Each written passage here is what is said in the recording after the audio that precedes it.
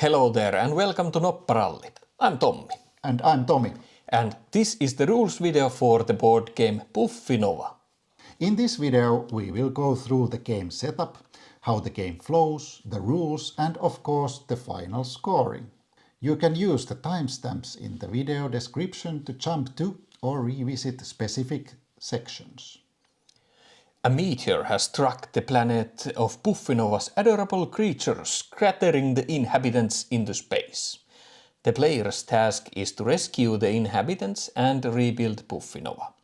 The winner is the player who has collected the most stars by the end of the game. These stars are earned from cards played onto the board, their abilities and any remaining diamonds.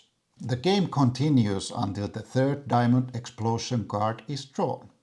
After that, the players calculate their final scores. Let's take a look at how the game is played.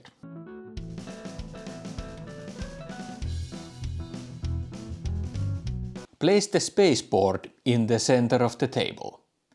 In a two-player game, use the baseboard. With 3 players, add 1 space expansion. With 4 or 5 players, add the second space expansion as well. We are setting up a 4-player game, so we'll be using both expansions. From the game's 6 different decks, choose a number of decks equal to the number of players. The family deck contains basic cards with only diamonds and or stars. It's perfect for learning the game or playing with the younger players. The lightning deck includes effects that happen immediately. The friend deck features effects that interact with other players. These decks add a nice layer of strategy and interaction to the game. The 6th deck, the construction deck, introduces buildings, including hourglass cards. These cards are played into your galactic city and they are scored at the end of the game. For this game we've chosen 1 family deck, 1 lightning deck, 1 friend deck and 1 construction deck. Since we are using lightning, friend or construction decks, we also add the galactic city area to the player board. Next, shuffle the selected decks together. After shuffling, draw 10 cards into the discard pile and fill the space board.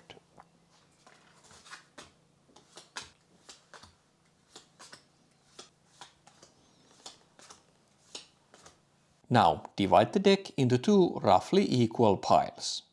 These will be draw decks used to refill the board.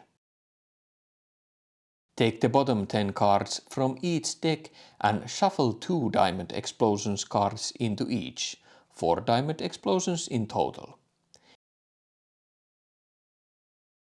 Place these 12 cards at the bottom of the draw decks. Now place the draw decks in their designated spots above the board. Each player chooses a color and places their spaceship on the left side of their player board.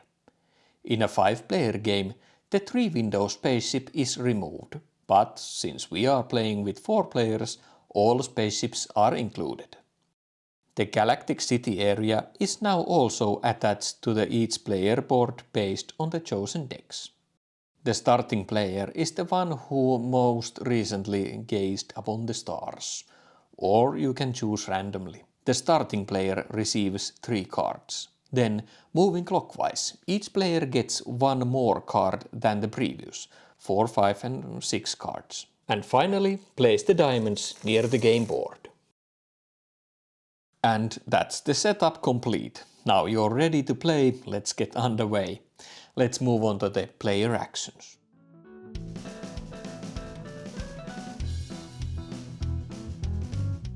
Players take turns performing 1 main action, after which the turn passes to the next player. The game continues until it ends. That is, when the third diamond explosion card is revealed. There are 3 possible main actions. The first is to rescue a PuffiNova inhabitant to the planet or construct a new building. The second action is to launch one of your spaceships on a rescue mission and collect PuffiNovans from the space board. The third action is to call your spaceships back home to your player board, making them available again. In addition to these, you may also perform an emergency landing. Pay 3 diamonds to call your ships back home. To rescue PuffiNovans, you first need to understand the anatomy of the cards and where they can or should be played. Cards contain 6 different resources: glistering grass, cosmic dust, melted steel, space seed, shining comet, and meteor mushroom. In the top left corner, you'll find the cost required to play the card. In the top right corner, you'll see the resources the card produces. At the bottom of the card is its effect when it's played. When you pay the required resources, you may play the card into the diamond field or the star castle. A card played into the diamond field produces diamonds, but no stars for end scoring. A card played in the star castle produces stars for end scoring, but no diamonds. Choose your way, score or pay. If you pay the correct resources, you may instead play the card into the Moon Council, where you gain both diamonds and the stars at the end of the game. Hourglass cards played into the Galactic City always require the exact correct resources. After playing a card, resolve its effect. Gain diamonds or resolve effect from the lightning deck, which happens immediately. For example, Jirata from the lightning deck allows you to immediately play another card as long as you can pay the cost. Vemputin returns your ships back home. From the friend deck, Rico triggers a mandatory effect where each player gives 1 card to the player on their right. If they have no cards, they must give 1 diamond instead. Lotta allows you to draw 2 cards from the draw decks, and your neighbors may also draw 2 cards if they wish, but they must discard 2 cards as well. Galactic City cards provide points at the end of the game. For example, Sona gives you 4 points if the game ends on your neighbor's turn. Puff Shop gives you 1 star for every 3 melted steel cards played onto your board. Nomi and Carmen together provide 1 star. Cards used as payments are placed in the discard pile. These may return to the spaceport when it is refilled. If you ever get confused by the symbols, remember all of them are explained in the back of the rulebook. At the end of the game, players also earn stars based on who has the most cards in each area, so focusing on different areas can be rewarding. When launching spaceships, take 1 available ship from your player board and place it on either side of the spaceport in ship slot. Then take into your hand the cards that match the open window position of that ship. For example, this ship would not collect the center card. If the ship slot is already occupied, you may pay 2 diamonds to place your ship there.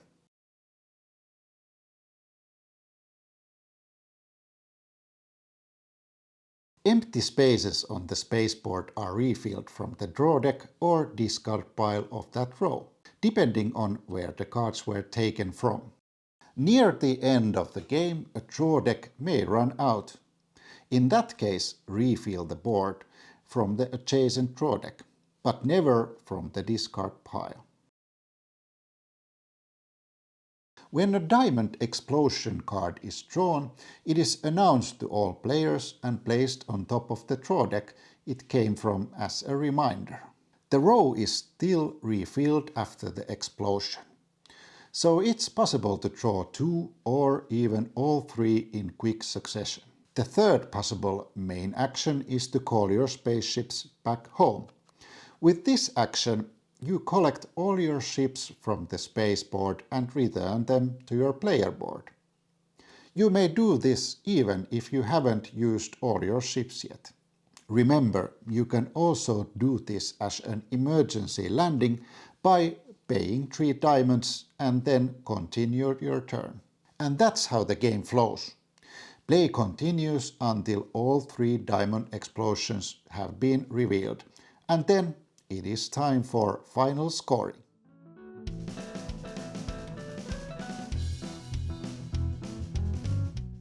In the final scoring, players count their stars.